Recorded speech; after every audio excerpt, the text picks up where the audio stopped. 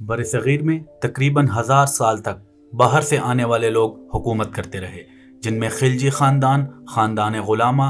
उसके बाद तकरीबन 300 साल तक यहाँ पे मुग़लिया सल्तनत ने हुकूमत की।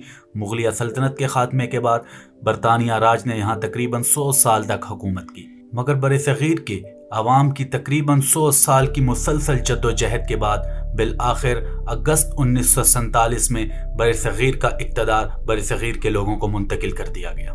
मगर इस इक़्तिदार की मुंतकिली के दौरान दो मुल्क मार्ज़े वजूद में आए, एक भारत और दूसरा पाकिस्तान। मगर आज़ादी के बाद दोनों ममालिक को बहुत से बड़े बड़े मसाइल का सामना करना पड़ा। इसकी वजह यह थी कि बरतानिया अपने 100 साला दौरे हुकूमत के दौरान बरसगीर को अच्छा खासा लूट कर गया था।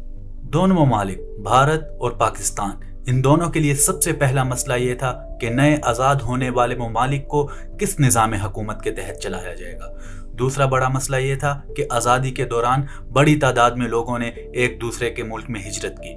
उन आने वाले मुहाजिरीन को किस तरह पनाह दी जाएगी। इसके अलावा मुल्क में नए इदारे बनाना, इदारों को कैसे मजबूत करना है, मुल्क का इंफ्रास्ट्रक्चर किस तरह बेहतर करना है, नई सनत किस तरह लगानी है और ज़राअत के हवाले से किस तरह इसमें बेहतरी लानी है। ये वो तमाम मसाइल थे जो दोनों ममालिक को आज़ादी के बाद दरपेश आए। आज दोनों ममालिक को आज़ाद हुए तकरीबन 75 साल हो चुके हैं और इन 75 सालों का मुआवजा किया जाए तो जमहूरी इक़्तिदार, इदारों की मजबूती, तालीम और सेहत के हवाले से भारत पाकिस्तान से बहुत ज़्यादा आगे निकल चुका है। इसकी सबसे बड़ी वजह यह थी कि आज़ादी के 1 साल बाद कायद-ए-आज़म मोहम्मद अली जिन्ना वफ़ात पा गए। कुछ ही अरसे बाद लियाकत अली ख़ान, जो पाकिस्तान के पहले वज़ीर आज़म थे, उनको लियाकत बाग में गोली मार के शहीद कर दिया गया। इनके बाद आने वाले सियासतदानों ने अवामी मसाइल और इदारों को मजबूत करने पर तवज्जो देने की बजाय अपने इक़्तिदार को मजबूत करने पर ज़्यादा तवज्जो दी। और इसके अलावा पाकिस्तान को कोई भी आइन नहीं दिया गया कि जिसके तहत पाकिस्तान चल सके। उसके बाद सियासतदान, जज और जर्नैल, इन तीनों तबकों ने मिलकर पाकिस्तान में जमहूरी रवायात को कभी मजबूत होने ही नहीं दिया। दूसरी जानिब भारत में मुंतखब होने वाली हुकूमत ने सियासी तोड़ जोड़ की बजाय सबसे पहले मुल्क के जमहूरी निज़ाम को मजबूत किया और भारत को एक नया आइन दिया। उसके अलावा भारत के इदारों को मजबूत किया गया, मुल्क में सनतों को मजबूत किया गया और उस दौरान मुल्क में किसी भी हुकूमत का तख्ता नहीं उल्टा गया। और इन तमाम कामयाबियों का सेहरा भारत के पहले वज़ीर आज़म जवाहरलाल नेहरू के सर पर है, जिन्होंने अपनी बेहतरीन सलाहियतों से भारत को इन तमाम मसाइल से निकाला। आज की इस वीडियो में हम कुछ बात करेंगे जवाहरलाल नेहरू की ज़िंदगी के बारे में और उनके दौरे हुकूमत के बारे में।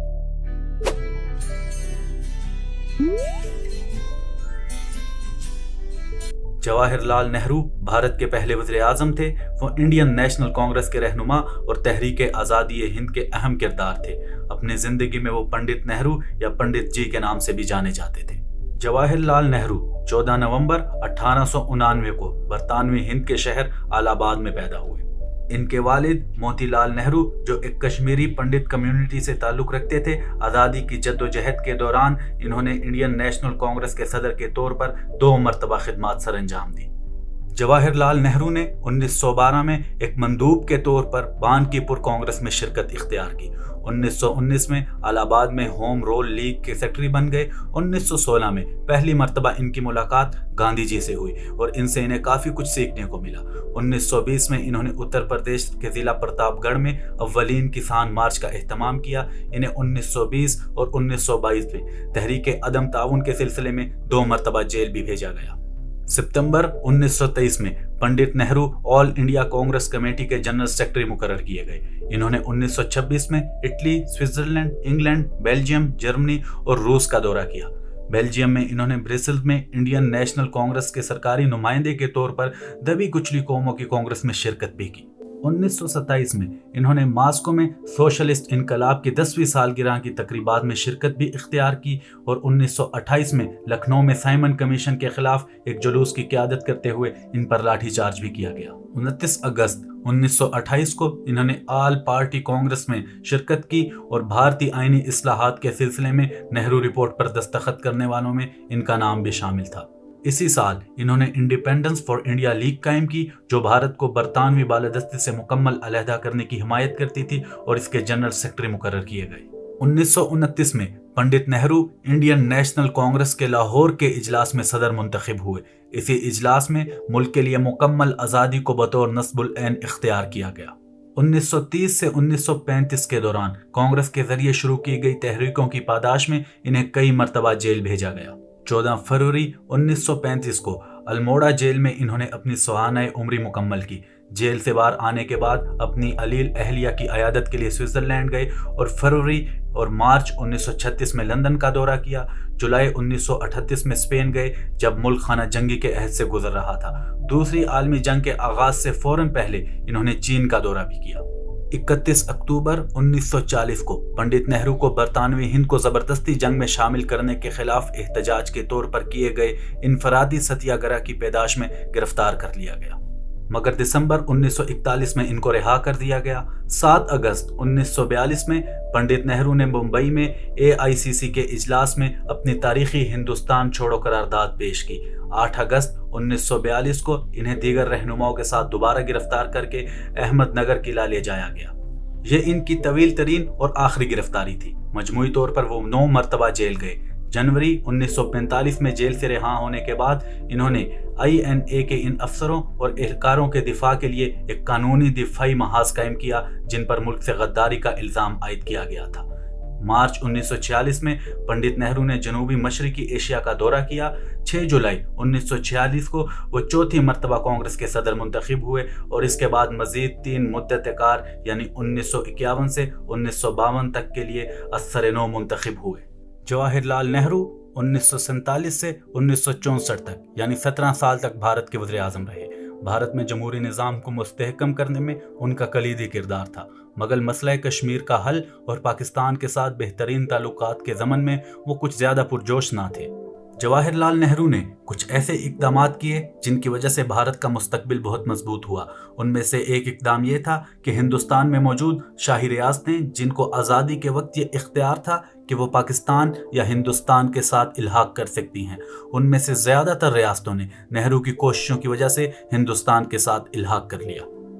پاکستان کا پہلا آئین آزادی کے 9 سال بعد پیش کیا گیا، مگر جامع اور مکمل آئین آزادی کے تقریباً 26 سال بعد 1973 میں پیش کیا گیا، مگر نہرو کی کوششوں سے بھارت نے اپنا پہلا آئین آزادی کے 3 سال بعد ہی پیش کر دیا، جو مکمل اور جامع تھا، جس میں شہریوں کے بنیادی اختیارات اور فرائض کو علیحدہ علیحدہ کر کے فریم ورک فراہم کیا گیا۔ جواہر لال نہرو کے دور میں سب سے پہلے جو ادارے قائم کیے گئے ان میں الیکشن کمیشن آف انڈیا بھی شامل تھا۔ اس کا قیام 1950 میں کیا گیا۔ اس کے بعد اسی سال planning commission, national physics laboratory اور انڈین انسٹیٹیوٹ آف ٹیکنالوجی قائم کیے گئے۔ پھر 1954 میں ہندوستان کے جوہری پروگرام کو مستحکم کرنے کے لیے جوہری توانائی اور تنصیب قائم کی گئی۔ بعد میں اس کا نام بدل کر بھابھا ایٹامک ریسرچ سینٹر رکھ دیا گیا۔ اس کے بعد university grants commission, all India institute of medical science اور جوہری توانائی کے کمیشن 1956 میں قائم کیے گئے۔ اس کے علاوہ 1959 میں نیشنل اسکول آف ڈرامہ اور 1961 میں Calcutta Indian institute of management قائم کیا گیا۔ 1962 میں Indian national committee for space research قائم کیا گیا۔ جواہر لال نہرو کے دور میں ہی پاکستان کے ساتھ مشہور زمانہ سندھ طاس معاہدہ کیا گیا۔ ہندوستان میں آزاد خارجہ پالیسی کی تشکیل میں جواہر لال نہرو کا اہم کردار تھا۔ انہوں نے کسی بھی گروپ کا حصہ بننے سے انکار کر دیا۔ یہ وہ وقت تھا جب سوویت یونین اور امریکہ کے درمیان سرد جنگ چل رہی تھی۔ نہرو نے کسی بھی ملک کے ساتھ اتحاد کرنے کی پالیسی نہ اپنائی۔ جواہر لال نہرو کی وفات 27 مئی 1964 میں ہوئی۔ نہرو کو بچوں سے بے حد لگاؤ تھا، اس لیے ان کے یوم پیدائش کو بھارت میں یوم اطفال کے نام سے منایا جاتا ہے۔ انشاءاللہ ایسی ہی معلوماتی ویڈیو کے ساتھ آپ سے دوبارہ ملاقات ہوگی۔ تب تک کے لیے اپنا خیال رکھیے۔ اللہ حافظ۔